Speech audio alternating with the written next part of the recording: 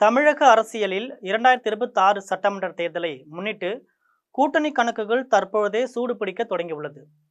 குறிப்பாக அதிமுக பொதுச் செயலாளர் எடப்பாடி பழனிசாமிக்கு அக்கட்சியின் மூத்த நிர்வாகிகள் மற்றும் மாவட்ட செயலாளர்கள் வழங்கி வரும் புதிய ஆலோசனைகள் அரசியல் வட்டாரத்தில் பெரும் பரபரப்பை ஏற்படுத்தியிருக்கு.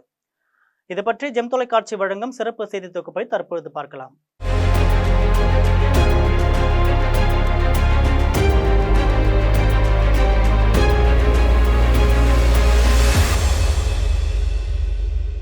கடந்த தேர்தல்களில் பாஜகவுடன் கூட்டணி அமைத்ததால் சிறுபான்மையினரின் வாக்குகள் குறைந்ததோடு பல தொகுதிகளில் அதிமுக தோல்வியை தழுவியதாக ஒரு கருத்து அக்கட்சியினரிடையே நிலவியிருக்கு. எனவே வரும் தேர்தலில் பாஜக மற்றும் அதன் சிறிய கூட்டணி கட்சிகளுக்கு 90 தொகுதிகள் வரை ஒதுக்கீடு செய்து முடிவில் தோல்வியை சந்திப்பதற்கு பதிலாக அந்த வாய்ப்பை நடிகர் விஜயின் தமிழக வெற்றி கழகத்திற்கு வழங்கலாம் என்பதே அதிமுக நிர்வாகிகளின் பிரதான ஆலோசனையாக இருக்கு. பாஜகவுடன் கூட்டணி வைத்தால் தென் தமிழக மற்றும் கொங்கு மண்டலங்களில் ஒரு சில இடங்களை தவிர மற்ற இடங்களில் அதிமுகவிற்கு கூடுதல் பலம் கிடைக்காது என்று நிர்வாகிகள் கருதுகின்றனர். மாறாக விஜயின் தாவேக வசம் இருக்கும் இளைஞர் பட்டாளம் மற்றும் முதல் முறை வாக்காளர்களின் ஆதரவு அதிமுகவின் அனுபவத்தோடு இணையும் போது அது ஒரு பெரும் சக்தியாக உருவெடுக்கும் என்று அவர்கள் நம்புகின்றனர். பாஜகவிற்கும் மற்ற கூட்டணி கட்சிகளுக்கும் 90 இடங்களை கொடுத்து அவர்கள் 5 அல்லது 10 இடங்களில் வெற்றி பெறுவதை விட விஜய்க்கு 117 இடங்கள் வரை கொடுத்து ஒரு சமமான அதிகார பகிர்வுடன் கூட்டணி அமைத்தால் 234 தொகுதிகளிலும் திமுகவை வீழ்த்துவது எளிது என்பது அதிமுகவின் ஒரு சாராரின் வாதமாக இருக்கு. நிர்வாகிகளின் இந்த ஆலோசனையில் உள்ள முக்கிய அம்சம் வெற்றி நிச்சயம், ஆட்சி நிச்சயம் என்பதாகும். விஜய்க்கு 117 தொகுதிகளை வழங்கி அதிமுக 117 தொகுதிகளில் போட்டியிட்டால் ஆட்சியில் சரிபாதி பங்கு அல்லது அதிகார பகிர்வு என்ற அடிப்படையில் ஒரு புதிய அரசியல் கலாச்சாரத்தை உருவாக்கலாம் என்று எடப்பாடி பழனிசாமிக்கு அழுத்தம் கொடுக்கப்பட்டு வருது. நடிகர் விஜய் ஏற்கனவே தனது கட்சி மாநாட்டில் ஆட்சியில் பங்கு என்ற கருத்தை முன்வைத்துள்ளதால் அதிமுகவின் இந்த நகர்வு அவருக்கு சாதகமாக அமையக்கூடும்.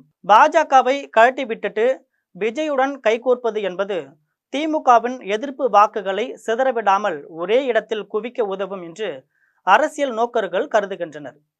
இருப்பினும் பாஜகவை கழட்டி விடுவதில் அதிமுக தலைமைக்கு சில தயக்கங்கள் இருப்பதாக கூறப்படுது.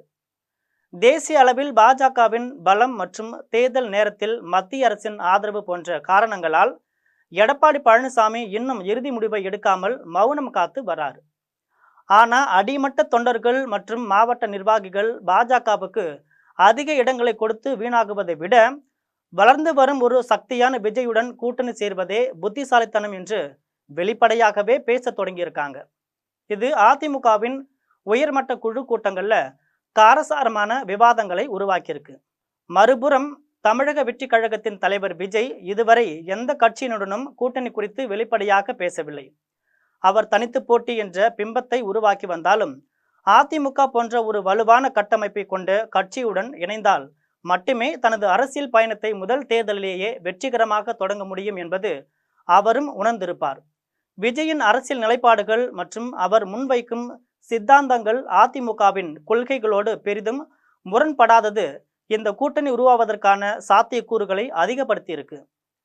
முடிவாக அதிமுக தாவேக கூட்டணி என்பது வெறும் யூகமாக இல்லாமல் கள நிலவரத்தின் தேவையாக உருவெடுத்திருக்கு.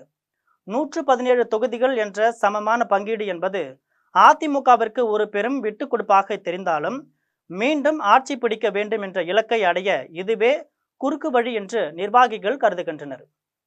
எடப்பாடி பழனிசாமி தனது நிர்வாகிகளின் இந்த ஆலோசனையை ஏற்று பாஜகவை முழுமையாக கழட்டி விடுவாரா அல்லது பாஜகவுடன் விஜயையும் இணைத்து ஒரு மெகா கூட்டணியை உருவாக்குவாரா என்பது வரும் ஜனவரி அல்லது பிப்ரவரி மாதங்களில் தெளிவாக தெரிந்துவிடும். இது போன்ற செய்திகளை தொடர்ந்து தெரிந்து கொள்ள ஜெம் தொலைக்காட்சியுடன் தொடர்ந்து இணைந்திருங்கள். நன்றி, வணக்கம்.